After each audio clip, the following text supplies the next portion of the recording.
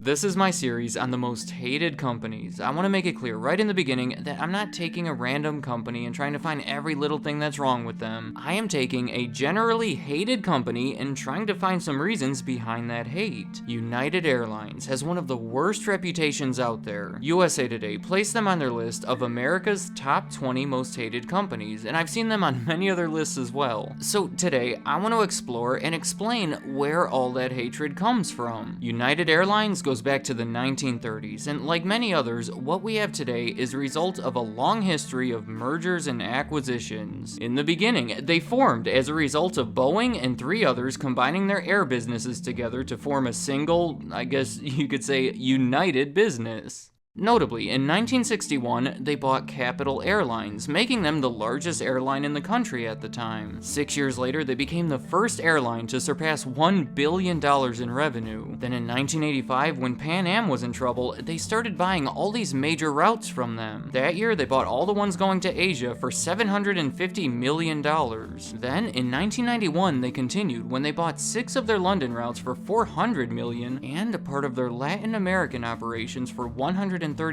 million. Just doing some math here, they spent well over $1 billion to scoop up all these assets from a failing competitor. As recent as 2010, they merged with Continental Airlines in a $3.2 billion deal that, again, at the time created the largest airline in the world. With that one, they kept the name United, but they did adopt the Continental logo. Now, there's an obvious component to this. United Airlines is an airline, which already tends to be one of the more disliked industries.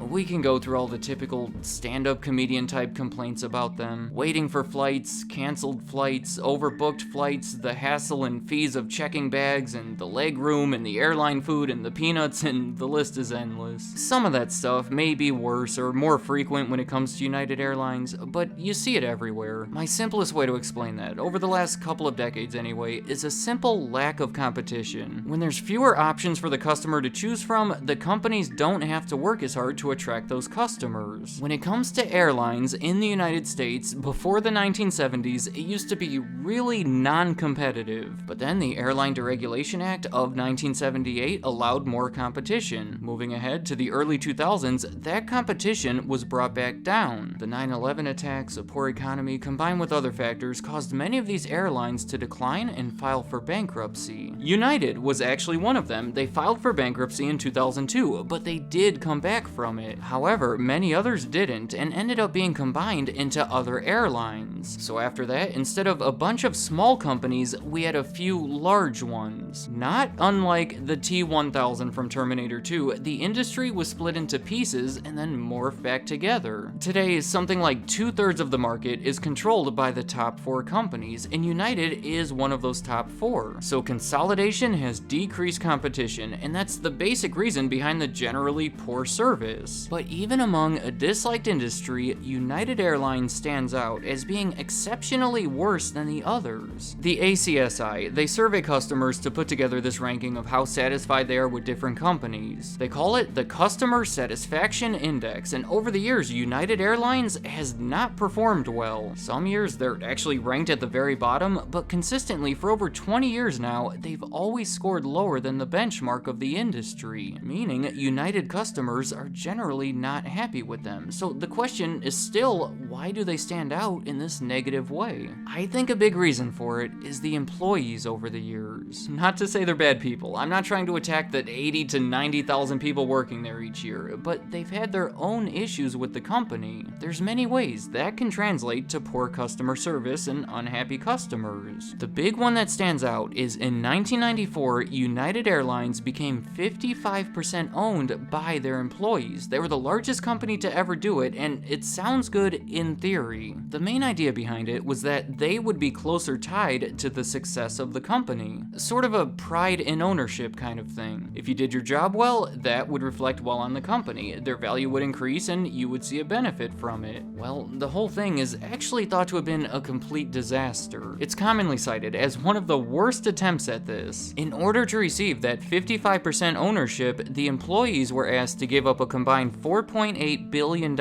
in future salaries and benefits. Already, that had a lot of people unhappy. Many of them said that they would just rather have the cash to pay for their bills week to week, rather than this lengthy stock ownership plan. It depended on the union that represented each person, but many people were forced into it. The flight attendants did not take part in it, which further divided everyone. The plan was meant to pull everyone together, when in reality, it was just pulling them further apart. Plus, there's more layers. The pilots were soon negotiating new deals to better make up for that reduced salary, which involved rebelling and refusing to do certain things like working overtime. That did not help with the customer's experience. On top of that, the employees weren't given much in the way of decision making or voting, so it prevented them from ever possessing that sense of ownership. Simply put, the company was too large, there were too many factors opposing it, and it wasn't implemented the ideal way, so I think most would agree that the whole thing ended up reflecting poorly upon the company. It's even thought to have been one of the major factors contributing to their 2002 bankruptcy. That was just one example of a generally poor relationship between the company and their employees. Another one would be in 2018, when they revealed their plans to change their bonus program, where instead of a standard bonus, the qualifying employees would instead get placed into some sort of a raffle. The top prize was going to be $100,000. It effectively transformed it to where a lucky few people would be given more money, and then the majority of them would receive nothing. Well, it turns out the employees didn't care for the idea. They didn't want to be forced into gambling with their money. They just wanted their bonuses. United ultimately responded by abandoning the program. For the rest of the video, I want to talk about how the customers have been directly harmed by United Airlines by highlighting 3 major incidents involving them. Now, I should make it clear, these are extreme cases. They're not common, so they likely won't happen to you, but they did happen, and they were widely reported, so we can say that they played a part in changing the public's perception.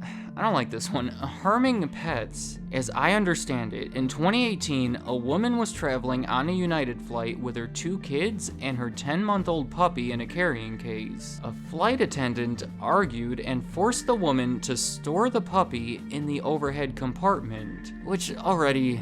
I don't like this one. As it turns out, there's no ventilation up there, and he suffocated by the end of the flight. Here's a sad statement by one of the witnessing passengers. They said, "I heard the dog barking a little, and we didn't realize it was barking a cry for help." So I'll just end that one there. Actually, that same week, they put a different dog on a flight to Japan when he was supposed to be traveling domestically to Kansas City. And then a very similar incident happened a year before with a rapper named Schoolboy Q's dog as well. The next one is United Breaks Guitars. In this one, a musician named Dave Carroll was on a United flight, still on the ground, when he and the other passengers witnessed the crew throwing guitars. He realized they were likely his, so he told multiple employees about it who didn't seem to care. When he landed, he learned that his guitar was indeed broken, and after numerous unsuccessful attempts at trying to get United to own up to it and fix the situation, he wrote a song about it in 2009, and it became a viral hit on YouTube, currently at around 20 million views. The song is called United Breaks Guitars, and it's pretty good. I recommend you listen to it if you haven't already. And again, this was not good publicity for United Airlines. The next one concerns a man who was dragged off a plane.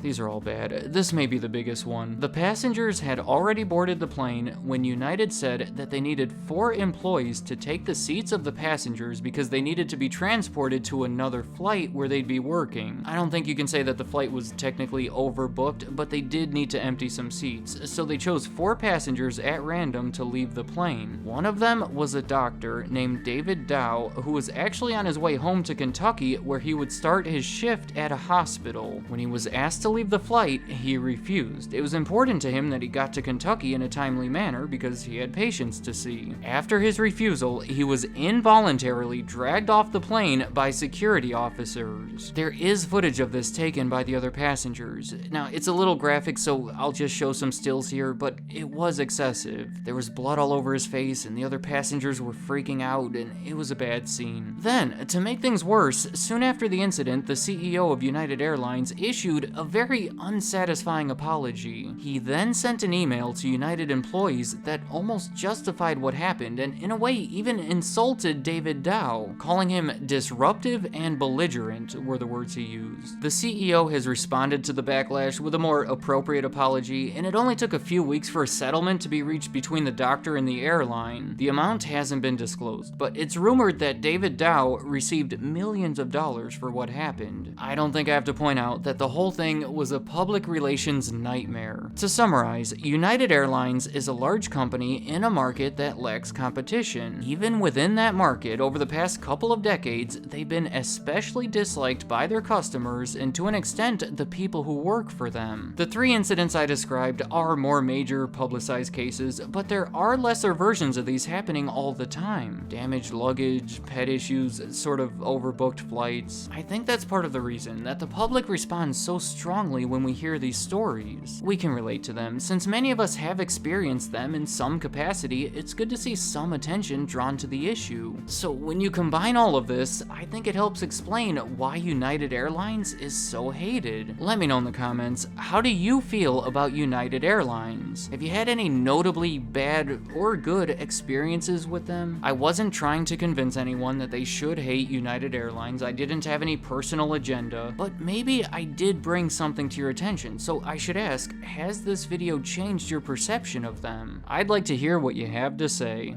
Thank you for watching.